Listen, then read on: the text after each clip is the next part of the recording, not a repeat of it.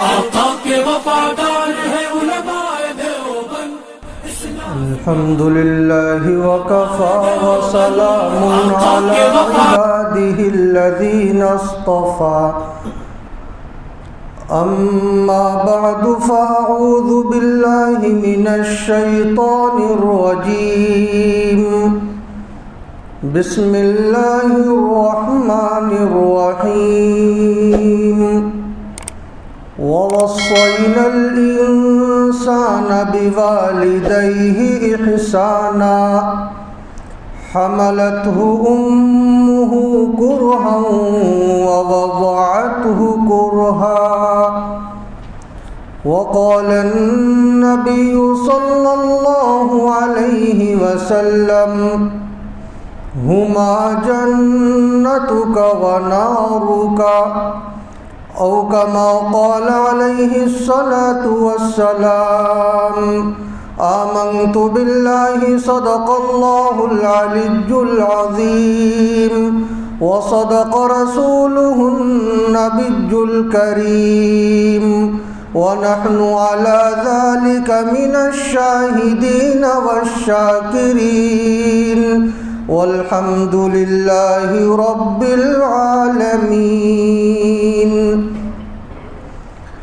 قابل صد احترام بزرگوں اور دوستوں،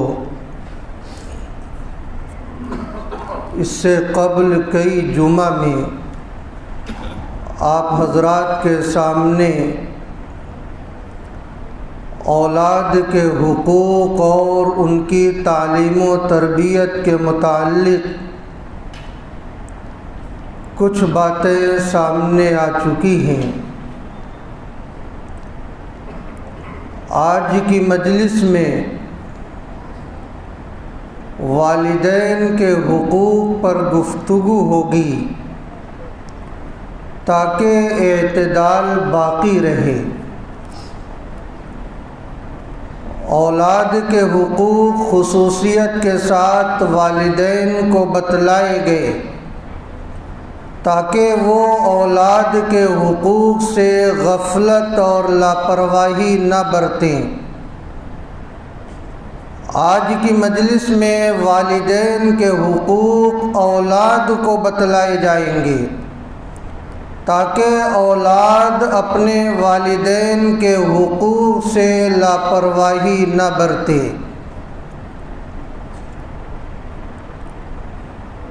جو آیت کریمہ میں نے خطبے میں تلاوت کی ہے، اللہ رب العزت نے ارشاد فرمایا وَوَصَّيْنَا الْإِنسَانَ بِوَالِدَيْهِ إِحْسَانًا. ہم نے انسان کو اس کے والدین کے ساتھ حسن سلوک کرنے کا حکم دیا ہے. حملته امه کرہا، اس کی ماں نے نہایت مشقت اور تکلیف کے ساتھ حمل کے بار کو اٹھایا ہے. ووضعته کرہا، اور اس کی ماں نے نہایت تکلیف اور مشقت کے ساتھ جاکنی کے حوالے ہو کر اپنی اولاد کو جنم دیا ہے. حملته امه کرہا ووضعته کرہا. پروردگار عالم نے قرآن کریم کی متعدد آیات میں اپنے حق کے ساتھ والدین کے حقوق کو بیان فرمایا ہے تاکہ معلوم ہو کہ والدین کا حق کتنا زیادہ ہے. چار مقامات تقریباً ایسے ہیں جہاں اللہ تعالیٰ نے اپنے حق کو بیان فرمایا اور اس کے بعد والدین کے حقوق کو بیان فرمایا. سورہ بقرہ میں، سورہ نساء میں، سورہ انعام میں اور سورہ بنی اسرائیل میں.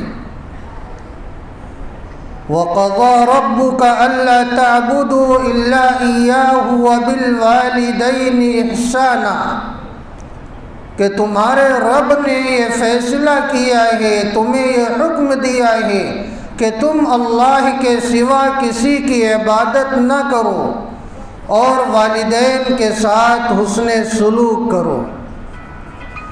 تو آپ نے دیکھا پروردگار عالم نے جہاں اپنے حق کا تذکرہ فرمایا ہے تو فوراً بلا کسی تاخیر کے والدین کے حق کا ذکر فرمایا، تاکہ اس بات کی اہمیت کا اندازہ لگانا آسان ہو کہ پروردگار عالم یہ چاہتے ہیں کہ اولاد کے پیش نظر اللہ تعالیٰ کے بعد اگر کسی کا حق ہونا چاہیے تو اس کی نگاہ میں اس کے والدین کا ہونا چاہیے۔ اللہ تعالیٰ خالق حقیقی ہیں، سب کو پیدا کرنے والے اللہ رب العزت ہیں، لیکن پیدا کرنے کا ذریعہ جنہیں بنایا ہے، اسباب کے درجے میں جن کا انتخاب کیا ہے وہ والدین کا کیا ہے۔ تو گویا پروردگار عالم خالق حقیقی ہیں اور یہ والدین خالق مجازی ہیں۔ اس لیے پروردگار عالم نے اپنے حق کے ساتھ ان کے حقوق بیان فرمائے، اور ان 4 مقامات کے علاوہ متعدد ایسے مقامات قرآن کریم میں ہیں جہاں اللہ رب العزت نے مستقلاً اور انفراداً والدین کے حقوق کا تذکرہ فرمایا۔ کہیں فرمایا وَوَصَّيْنَا الْإِنسَانَ بِوَالِدَيْهِ إِحْسَانًا، کہیں فرمایا وَوَصَّيْنَا الْإِنسَانَ بِوَالِدَيْهِ حُسْنًا، اور کہیں فرمایا وَوَصَّيْنَا الْإِنسَانَ بِوَالِدَيْهِ۔ والدین میں سے ماں کا جو حق ہے وہ باپ کے مقابلے میں 3 گنا زیادہ ہے۔ باپ کی قربانیاں اس کا حق اپنی جگہ پر، لیکن باپ کے مقابلے میں جو ماں کا حق ہوا کرتا ہے وہ 3 گنا زیادہ ہوا کرتا ہے۔ ایک صحابی رسول ہیں، اللہ کے رسول صلی اللہ علیہ وسلم سے انہوں نے عرض کیا من ابر، میں کس کے ساتھ زیادہ حسن سلوک کا، معانست کا، ہمدردی کا معاملہ کروں؟ قال امک، اللہ کے رسول صلی اللہ علیہ وسلم نے ارشاد فرمایا اپنی ماں کے ساتھ۔ قال قلت ثم من، وہ صحابی کہتے ہیں میں نے پھر یہ عرض کیا اے اللہ کے رسول صلی اللہ علیہ وسلم اس کے بعد کس کا؟ قال امک، آپ صلی اللہ علیہ وسلم نے ارشاد فرمایا اپنی ماں کے ساتھ۔ قال قلت ثم من، وہ صحابی کہتے ہیں میں نے پھر عرض کیا اس کے بعد کس کا؟ قال امک، آپ صلی اللہ علیہ وسلم نے ارشاد فرمایا اپنی ماں کے ساتھ۔ قال قلت ثم من، وہ صحابی کہتے ہیں پھر میں نے کہا اس کے بعد کس کا؟ قال ثم اباک فالاقرب فالاقرب ثم الاقرب فالاقرب۔ تو اللہ کے رسول صلی اللہ علیہ وسلم نے ارشاد فرمایا اپنے باپ کے ساتھ، پھر اس کے بعد جو زیادہ قریب ہو اور اس کے بعد جو زیادہ قریب ہو۔ تو اس حدیث پاک میں اللہ کے رسول صلی اللہ علیہ وسلم نے باپ کے مقابلے میں ماں کا 3 گنا حق زیادہ بیان فرمایا ہے، اور اس کی وجہ یہ ہے کہ ماں 3 ایسی تکالیف کو برداشت کرتی ہے کہ باپ کا اس میں حصہ نہیں ہوتا۔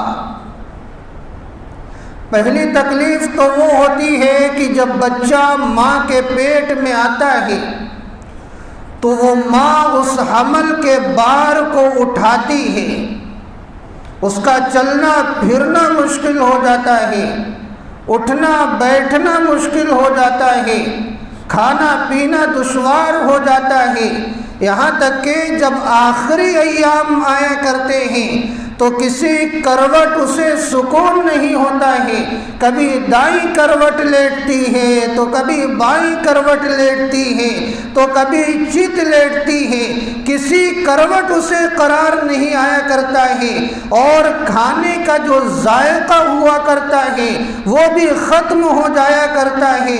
یہ وہ قربانیاں ماں کی ہوا کرتی ہیں، یہ وہ تکلیف ماں کی ہوتی ہے جو حمل کے بار کو وہ اٹھاتی ہے، اس میں باپ شریک نہیں ہوتا۔ اسی کو اللہ رب العزت نے ارشاد فرمایا حملتہ امہ کرہا۔ دوسری تکلیف، جب بچے کی پیدائش کا وقت آتا ہے تو جاکنی کا عالم ماں کے لیے ہو جاتا ہے، موت اور زیست کا مسئلہ سامنے آ جاتا ہے، اور ایسی نوبت آ جاتی ہے کہ معلوم نہیں رہتا کہ ماں کی حیات رہے گی یا نہیں رہے گی، اور بچے کی پیدائش کے وقت جو تکلیف ہوتی ہے اسے الفاظ میں بیان نہیں کیا جا سکتا، وہ تو بس ماں اسے سمجھ سکتی ہے، اس کے علاوہ دنیا میں کوئی نہیں سمجھ سکتا۔ تو جس پریشانی کے ساتھ وہ اپنے بچے کو جنم دیتی ہے، اس پریشانی میں اسی کا حصہ ہوتا ہے، باپ کا حصہ نہیں ہوتا۔ اسی کا تذکرہ اللہ تعالیٰ نے فرمایا وَوَضَعَتْهُ أُمُّهُ كُرْهًا، اور پھر جب بچہ پیدا ہو جاتا ہے تو ماں اپنے جسم کا جوہر، اپنے جسم کا خلاصہ دودھ کی شکل میں اپنے بچے کے لیے پیش کرتی ہے، اور اسے دودھ پلایا کرتی ہے، اور مزید یہ کہ کئی مہینے تک اسے آرام نہیں ملتا، اس کی نیند پوری نہیں ہوتی ہے، تھوڑی دیر آرام کرتی ہے کہ بچہ رونے لگتا ہے، چلانے لگتا ہے، ماں کی نیند ٹوٹ جایا کرتی ہے، کئی مہینے تک اسے سکون کی نیند نصیب نہیں ہوتی۔ لیکن اللہ تعالیٰ نے اس کے دل میں جو محبت دی ہے، اسی محبت کی وجہ سے وہ اپنے بچے کو پالتی ہے۔ یہ تکلیف باپ نہیں اٹھا سکتا، اور نہ اس میں وہ شریک ہوا کرتا ہے۔ اس لیے اللہ رب العزت نے باپ کے مقابلے میں ماں کا 3 گنا زیادہ حق اولاد کے ذمے رکھا ہے۔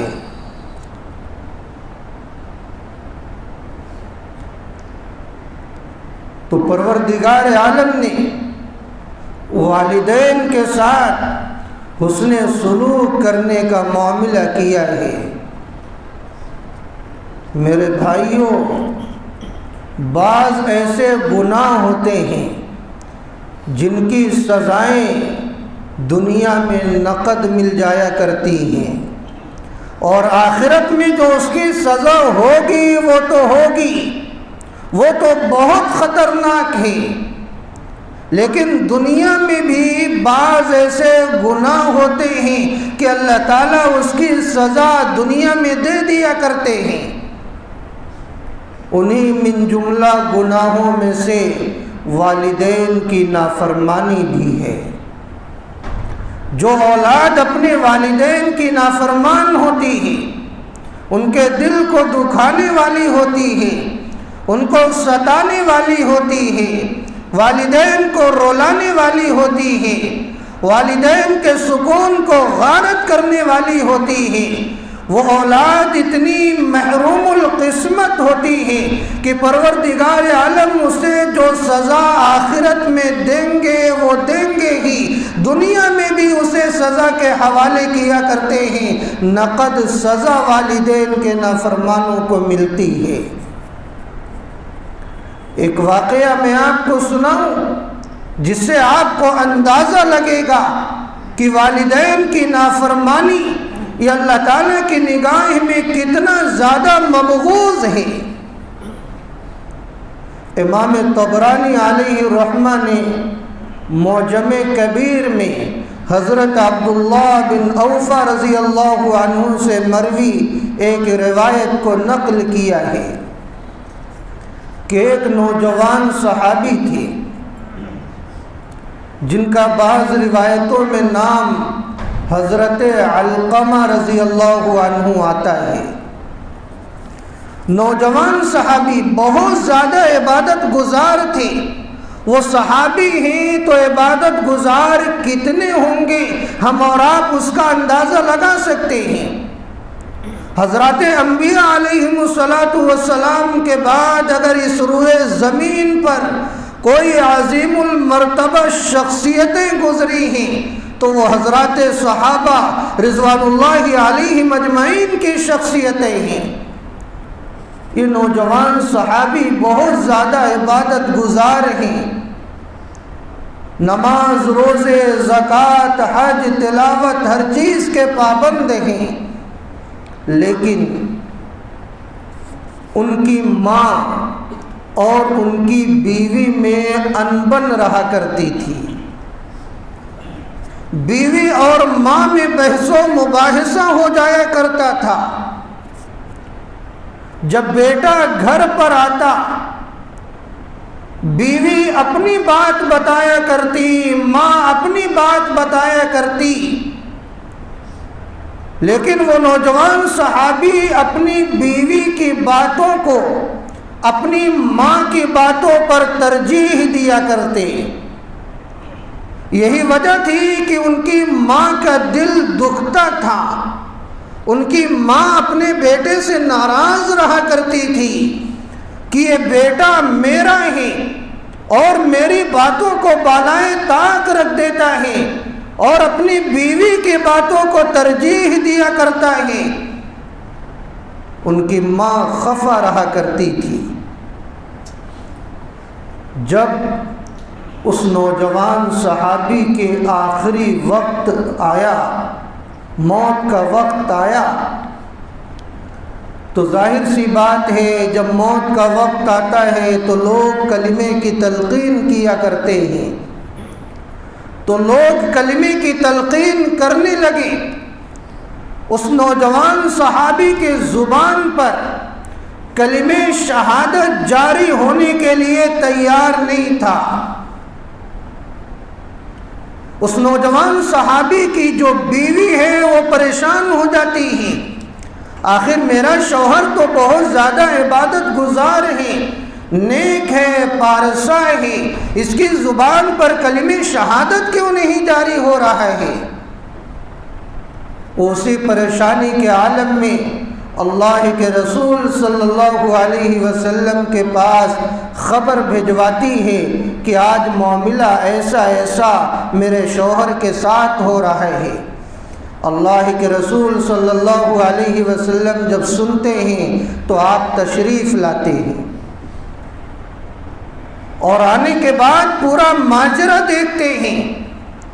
اس کے بعد آپ علیہ السلام محسوس کر لیتے ہیں کہ یہ معاملہ کیا ہے۔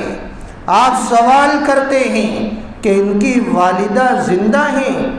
لوگ بتلاتے ہیں کہ جی ہاں والدہ حیات ہیں۔ والدہ کو بلانے کا حکم ہوتا ہے، والدہ تشریف لاتی ہیں اور پورا معاملہ آپ علیہ السلام سنتے ہیں۔ آپ کو پتہ لگتا ہے کہ والدہ اپنے بیٹے سے ناراض ہیں۔ آپ سمجھ جاتے ہیں یہی وجہ ہے کہ علقمہ کی زبان پر کلمہ شہادت جاری نہیں ہو رہا ہے۔ آپ علیہ السلام حالات اور واقعات کو دکھلانے کے لیے اور حقیقت حال سے واقف کرانے کے لیے حضرات صحابہ رضوان اللہ علیہم اجمعین کو یہ حکم دیتے ہیں کہ لکڑیاں جمع کرو، کیونکہ والدہ نے معاف کرنے سے انکار کر دیا تھا اپنے بیٹے کو، تو لکڑیاں جمع کرنے کا حکم ہوا۔ لکڑیاں جمع ہو گئیں، اس میں آگ لگا دی گئی۔ آپ علیہ السلام نے ان کی ماں کو مخاطب کر کے کہا کہ تمہارے بیٹے کو اسی آگ میں جلایا جائے گا، اگر تمہارے بیٹے کو اس آگ میں جلایا جائے تو کیا تم سفارش کرو گی؟ تو ماں تو بہرحال ماں ہوتی ہے، وہ تڑپ اٹھی کہ میرے بیٹے کو اس آگ میں جلایا جائے گا، میں تو ضرور اس کے لیے سفارش کروں گی۔ آپ علیہ السلام نے ارشاد فرمایا کہ دیکھو یہ تو دنیاوی آگ ہے، اس سے کہیں زیادہ خطرناک جہنم کی آگ ہے۔ اگر تم نے اپنے بیٹے کو معاف نہ کیا تو تمہارے بیٹے کو اس سے خطرناک آگ میں جلنا پڑے گا، کیا تم اس کو گوارا کر سکتی ہو؟ ماں نے فوراً گواہ بنائی اور یہ عرض کی، اے اللہ کے رسول صلی اللہ علیہ وسلم، میں آپ کو گواہ بناتی ہوں کہ میں نے اپنے بیٹے کو معاف کر دیا ہے۔ ماں کا معاف کرنا تھا۔ آپ علیہ السلام نے کلمے کی تلقین کی۔ حضرت علقمہ رضی اللہ عنہ کی زبان پر فوراً کلمہ شہادت جاری ہوا اور پھر وہ اللہ کو پیارے ہو گئے۔ آپ صلی اللہ علیہ وسلم نے اللہ کا شکر ادا کیا۔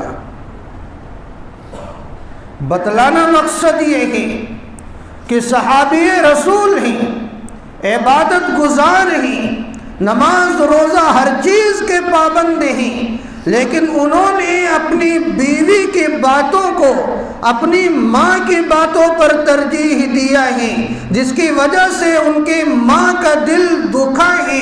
صحابی ہونے کے باوجود آخری وقت میں کلمہ شہادت ان کی زبان پر جاری نہیں ہو رہا ہے۔ آپ غور فرمائیں، جو اولاد اپنے والدین کو ستاتی ہے، ان کے دل کو دکھاتی ہے، ان سے زبان درازی کرتی ہے، ان کو رلاتی ہے، ان کے سکون کو غارت کرتی ہے، انہیں گالیاں دیتی ہے، انہیں تیز آواز سے پکارتی ہے، ان اولاد کا کیا عالم ہوگا، کیا حشر ہوگا، واللہ کی نگاہ میں کتنے زیادہ مبغوض ہوں گے۔ صحابی کا یہ حال ہے تو ہم اور آپ کا کیا حال ہوگا؟ غور کرنے کا مقام ہے۔ ہماری جو عبادتیں ہوتی ہیں، اگر ہمارے والدین ہم سے ناراض ہیں، والدین کی ناراضگی ہماری عبادتوں کی قبولیت کی راہ میں آڑ بنی رہتی ہے۔ جب تک والدین راضی نہیں ہو جاتے، ہماری عبادتیں عند اللہ مقبول نہیں ہوتی۔ جریج نامی بنی اسرائیل کے ایک اللہ والے گزرے ہیں، بخاری مسلم میں متعدد مقامات پر یہ واقعہ موجود ہے۔ بہت بڑے اللہ والے تھے، جریج ان کا نام تھا، راتوں دن عبادت میں مشغول رہا کرتے تھے۔ انہوں نے اپنی عبادت گاہ آبادی سے دور جنگل میں بنا لی تھی تاکہ کسی قسم کی کوئی رکاوٹ عبادت میں نہ ہونے پائے، یہاں تک کہ وہ کسی سے بات بھی نہیں کیا کرتے تھے۔ ان کے دل میں یہ خیال ہوتا کہ کوئی وقت اللہ کی عبادت سے خالی نہ گزرنے پائے، اگر میں نے کسی سے بات کی تو جو وقت باتوں میں مشغول ہوگا وہ وقت اللہ کی عبادت سے خالی گزر جائے گا۔ اتنے بڑے عبادت گزار تھے۔ ان کی ماں بھی جاتی، اپنے بیٹے کو پکارتی، یا جریج۔ بیٹا یہ سوچتا میں تو اللہ کی عبادت کر رہا ہوں، ادھر میری ماں آواز دے رہی ہے، میں اللہ کی عبادت کو چھوڑ کر اپنی ماں کی آواز پر لبیک کیسے کہوں؟ اور وہ توجہ نہیں دیتے۔ ماں پکار کر چلی آتی، لیکن ماں کا دل اندر سے دکھتا تھا۔ کئی مرتبہ اپنے بیٹے کے پاس جاتی، پکارتی، یا جریج، لیکن بیٹا ماں کی آواز پر لبیک کہنے کو تیار نہیں، بس اللہ کی عبادت میں مصروف ہے۔ ایک دن ماں تنگ آ کر اپنے اس عابد بیٹے جریج کو بددعا دے دیتی ہے، اور اس ماں کی زبان سے الفاظ نکلتے ہیں کہ پروردگار عالم، آپ جریج کی اس وقت تک موت نہ دیں، جریج کو اس وقت تک موت نہ دیں جب تک وہ کسی زانیہ کے چہرے کو نہ دیکھ لے۔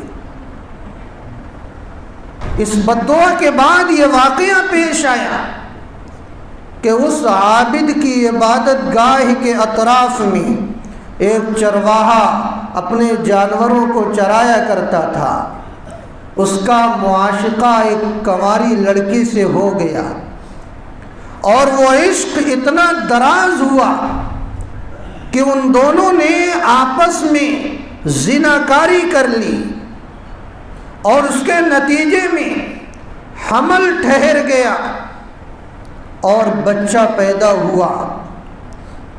جب وہ لڑکی اس بچے کو لے کر کے آئی تو معاشرے والے، گاؤں والے اس لڑکی کے اوپر خفا ہو گئے، ناراض ہو گئے، اور پوچھنے لگے بتا یہ بچہ کس کا ہے؟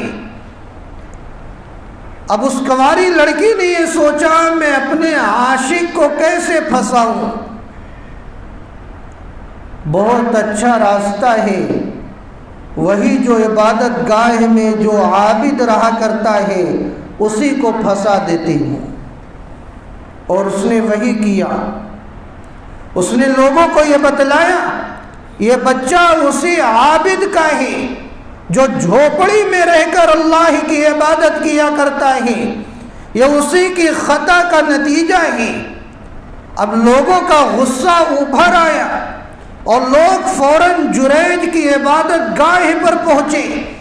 جریج عبادت میں مشغول ہیں، لوگ آواز دیتے ہیں جریج اس کے بارے میں بتلا، حقیقت کیا ہے؟ جریج ان لوگوں کی طرف توجہ نہیں دیتے، عبادت میں مشغول ہیں۔ لوگوں کو غصہ آتا ہے، وہ پھاوڑا اور کدال لے کر جریج کی عبادت گاہ کو منہدم کرنا شروع کر دیتے ہیں۔ اب جب جریج نے یہ دیکھا تب جا کر وہ بول پڑے کہ ماجرا کیا ہے؟ لوگوں نے بتلایا یہ عورت یہ کہتی ہے کہ اس کی گود میں جو بچہ ہے وہ تمہارا بچہ ہے۔ جریج نیچے آتے ہیں اور آنے کے بعد اس بچے کے سر پر شفقت سے ہاتھ رکھتے ہیں مسکراتے ہوئے، اور وہ یہ پوچھتے ہیں کہ بیٹا بتا تیرا باپ کون ہے؟ تو اس بچے کو اللہ رب العزت قوت گویائی عطا فرما دیتے ہیں، اور وہ بچہ شیر خاری کے عالم میں بول پڑتا ہے کہ میرا باپ تو فلاں چرواہا ہے۔ تو حضرت جریج اس غلط الزام سے بری ہو جاتے ہیں اور لوگوں کی توجہ حضرت جریج سے ہٹ کر چرواہے کی طرف جاتی ہے۔ بہرحال یہ بتلانا ہے کہ جریج کتنے بڑے عبادت گزار تھے، لیکن ماں نے جو بد دعا دی تھی کہ میرے بیٹے کی اس وقت تک موت نہ آئے جب تک وہ کسی زانیہ کے چہرے کو نہ دیکھ لے، جریج نے زانیہ کے چہرے کو دیکھ لیا، ماں کی بد دعا اثر کر گئی اور قبول ہو گئی۔ مسلم شریف میں اللہ کے رسول صلی اللہ علیہ وسلم نے اس واقعے میں اضافہ کرتے ہوئے یہ ارشاد فرمایا، اس میں یہ اضافہ ہے کہ اگر جریج کی ماں نے بد دعا میں یہ جملہ کہا ہوتا کہ میرا بیٹا زنا کے فتنے میں مبتلا ہو جائے، تو جریج زنا کے فتنے میں بھی مبتلا ہو جاتا۔ اتنی خطرناک ہوتی ہے ماں کی بد دعائیں۔ ہم اور آپ اپنے بارے میں جائزہ لیں، جو لوگ اپنی ماں کو اپنے باپ کو ستاتے ہیں، کہیں ان کے دل سے اگر بد دعا نکل گئی، ہماری دنیا بھی برباد ہو جائے گی اور ہماری آخرت بھی برباد ہو جائے گی۔ والدین کا مقام تو اتنا زیادہ ہے کہ اگر والدین غیر مسلم بھی ہوں تب بھی ان کے ساتھ حسن سلوک کا معاملہ کرنے کا حکم دیا گیا ہے۔ اگر ہمارے والدین کافر ہوں، مشرک ہوں، تب بھی اولاد کو اجازت نہیں کہ وہ اپنے والدین کو ستائیں، یہاں تک کہ اگر والدین تم سے مطالبہ کریں کہ بیٹے تم اسلام سے پھر جاؤ، تم کفر اور شرک کا راستہ اختیار کر لو، تو یہ تو اجازت نہیں ہوگی کہ ان کی بات مانی جائے، کیونکہ لا طاعت لمخلوق فی معصیت الخالق، خالق کی نافرمانی میں مخلوق کی اطاعت جائز نہیں، ان کی بات تو نہیں مانی جائے گی، لیکن حسن سلوک کا معاملہ کیا جائے گا۔ یہ نہیں کہ والدین غلط چیز کا حکم دے رہے ہیں تو ہم بھی والدین کو ستانے لگ جائیں، ان سے جھگڑا کرنے لگ جائیں، ان کو گالی دینا شروع کر دیں، ان سے تیز آواز میں بات کرنا شروع کر دیں، اس کی اجازت نہیں۔ فَلَا تَقُلْ لَهُمَا اُفْ، ان والدین کو اف تک بھی کہنے کی اجازت نہیں۔ حضرت سعد بن ابی وقاص رضی اللہ عنہ کا واقعہ آپ نے پڑھا ہوگا۔ جب وہ اسلام میں داخل ہوئے تو ان کی ماں نے بھوک ہڑتال کر دی اور یہ کہنے لگی کہ سعد جب تک اسلام سے مرتد ہو کر کفر اور شرک کا راستہ اختیار نہیں کر لیتا، میں اس وقت تک کھانا نہیں کھاؤں گی، پانی نہیں پیوں گی، یہاں تک کہ میں مر جاؤں۔ کتنا سخت معاملہ حضرت سعد رضی اللہ عنہ کے سامنے تھا، تو آپ نے اپنی ماں کی بات تو نہیں مانی، لیکن حسن سلوک کو قائم رکھا۔ جب کھانے کا وقت آتا تو اپنی ماں کے پاس کھانا لے کر آتے، ان کے منہ کو کھولتے اور کھانا کھلا دیا کرتے۔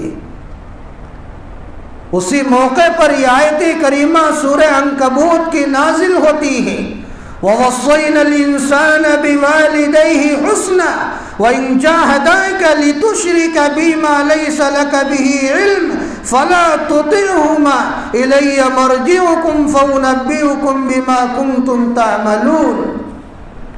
والدین کے ساتھ حسن سلوک کا حکم دیا گیا، تو اتنا بڑا مقام ہے والدین کا۔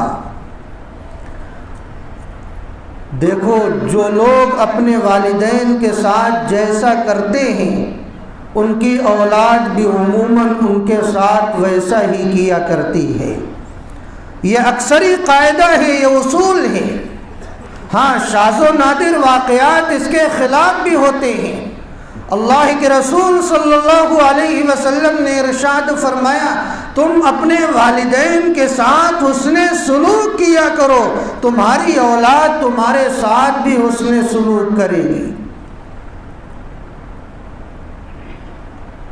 اگر ہماری اولاد ہمیں دیکھے گی کہ ہمارے ابو ہمارے دادا کے ساتھ، ہماری دادی کے ساتھ بہت اچھا معاملہ کیا کرتے ہیں، ان کے آرام کی خاطر قربانیاں دیا کرتے ہیں، ہمارے ابو تو ہمارے دادا اور دادی کا ہاتھ پاؤں دباتے ہیں، ان کو کھانا کھلاتے ہیں، ان کے دکھ درد میں شریک ہوتے ہیں، ان کے پاس روزانہ اٹھتے بیٹھتے ہیں، ان سے خیریت دریافت کرتے ہیں، ان سے زبان درازی نہیں کیا کرتے۔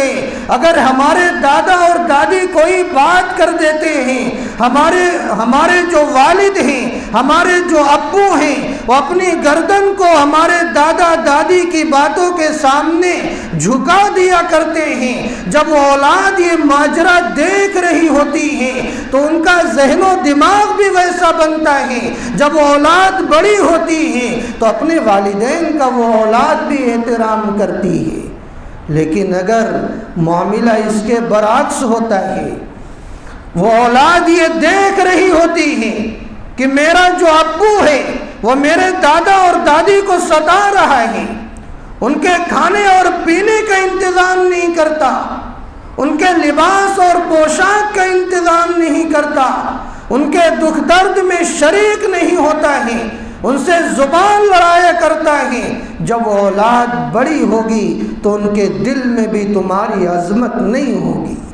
یہ اللہ کا اصول ہے، ضابطہ ہے۔ اس لیے اگر ہم چاہتے ہیں کہ ہماری اولاد ہماری قدردان بن جائے تو یاد رکھو اپنے والدین کے ساتھ اچھا معاملہ کرنا شروع کر دو۔ آج اولاد تو اتنی بے غیرت ہو گئی، افسوس کے ساتھ مجھے یہ کہنا پڑ رہا ہے کہ والدین جب بوڑھے ہو جاتے ہیں، آج اولاد یہ سوال کرتی ہے کیا والدین کا نفقہ ہمارے ذمے ہے؟ اس سے زیادہ بے غیرتی اور کیا ہوگی؟ ارے والدین کا نفقہ تمہارے ذمے واجب ہے۔ والدین بوڑھے ہو گئے ہیں، ان کے پاس اب طاقت نہیں رہی کمانے کی، تمہارے ذمے اللہ نے واجب کیا ہے کہ تم اپنے والدین کو کپڑا پہناؤ، اپنے والدین کی صحت کا خیال کرو، اپنے والدین کی رہائش کا انتظام کرو، اپنے والدین کی در دوا کا انتظام کرو، اپنے والدین کے دکھ درد میں شریک ہو۔ یہ اللہ نے تم پر واجب کر دیا ہے۔ کیا تم بھول گئے ہو کہ تمہاری پرورش والدین نے کیسے کی؟ بلوغت تک والدین پر واجب تھا، صرف بلوغت تک تمہاری دیکھ ریکھ نہیں کی، بلکہ تم بڑے ہوئے تب بھی تمہاری پڑھائی لکھائی کا انہوں نے انتظام کیا، بلوغت کے بعد بھی تمہارے اوپر احسان کا معاملہ فرمایا۔ کیا تم بھول گئے کہ جب تمہارے والدین جوان تھے تو انہوں نے تمہارے ناز و نخرے کو برداشت کیا ہی، انہوں نے تمہاری آرزوؤں کی تکمیل کے لیے اپنی آرزوؤں کو دفن کیا ہی، انہوں نے تمہارے سنہرے خوابوں کو شرمندے تعبیر کرنے کی خاطر اپنے سینوں کا شیشے محل چکنا چور کیا ہے۔ وہ خود بھوکے رہے ہیں مگر تمہیں کھلایا ہے، وہ خود پیاسے رہے ہیں مگر تمہیں پلایا ہے، وہ خود ننگے رہے ہیں مگر تمہیں پہنایا ہے، وہ خود روتے رہے ہیں مگر تمہیں ہنسایا ہے۔ کیا یہ احسانات تم نے فراموش کر دیا؟ تمہارے والدین بوڑھے ہو گئے، ایک بات یاد رکھنا، تمہارے والدین چاہے کتنوں بوڑھے ہو جائیں، ان کی سانس صرف چل رہی ہے، وہ بیمار ہیں، تمہارے پیسے ان کی بیماری میں لگ رہے ہیں، والدین حرکت نہیں کر پا رہے ہیں، وہ چارپائی پر ہیں لیکن ان کی سانس چل رہی ہے۔ یاد رکھنا تب بھی والدین تمہارے لیے خیر کا ذریعہ ہے۔ وہ والدین کبھی شر کا ذریعہ نہیں ہو سکتے. تم ان کا علاج کرواتے ہو, تم ان کے دکھ درد میں شریک ہوتے ہو, یہ تمہارے لیے سعادت کی بات ہے.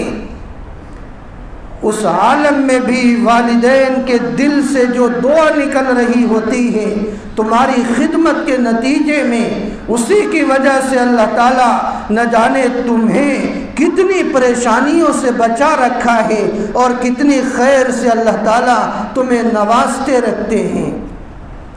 موسیٰ علیہ السلام کے واقعے کو آپ بھول گئے. اللہ نے کیسی وارننگ دی ان کی والدہ کی وفات کے بعد کہ موسیٰ سنبھل کے آنا. تفصیل کا موقع نہیں. تو اس موقع پر میں یہ کہنا چاہتا ہوں, اگر آپ کے والدین بوڑھے ہو جائیں, آپ کو اپنے والدین کے بیت الخلا کو, نجاست کو صاف کرنا پڑے, کر دو. اس میں کوئی شرم کی بات نہیں.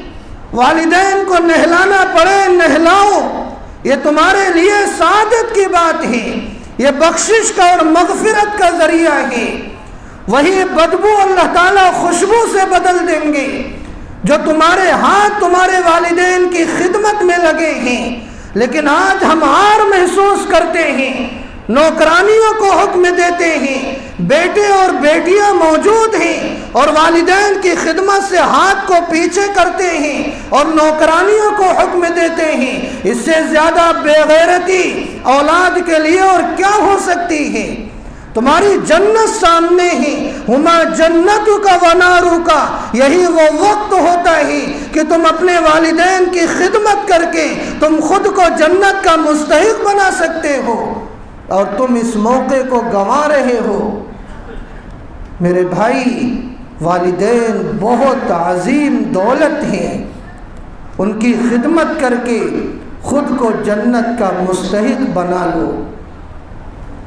بہت سارے ایسے لوگ ہوتے ہیں کہ جب تک والدین حیات رہتے ہیں ان کی قدر و منزلت انہیں سمجھ میں نہیں آتی.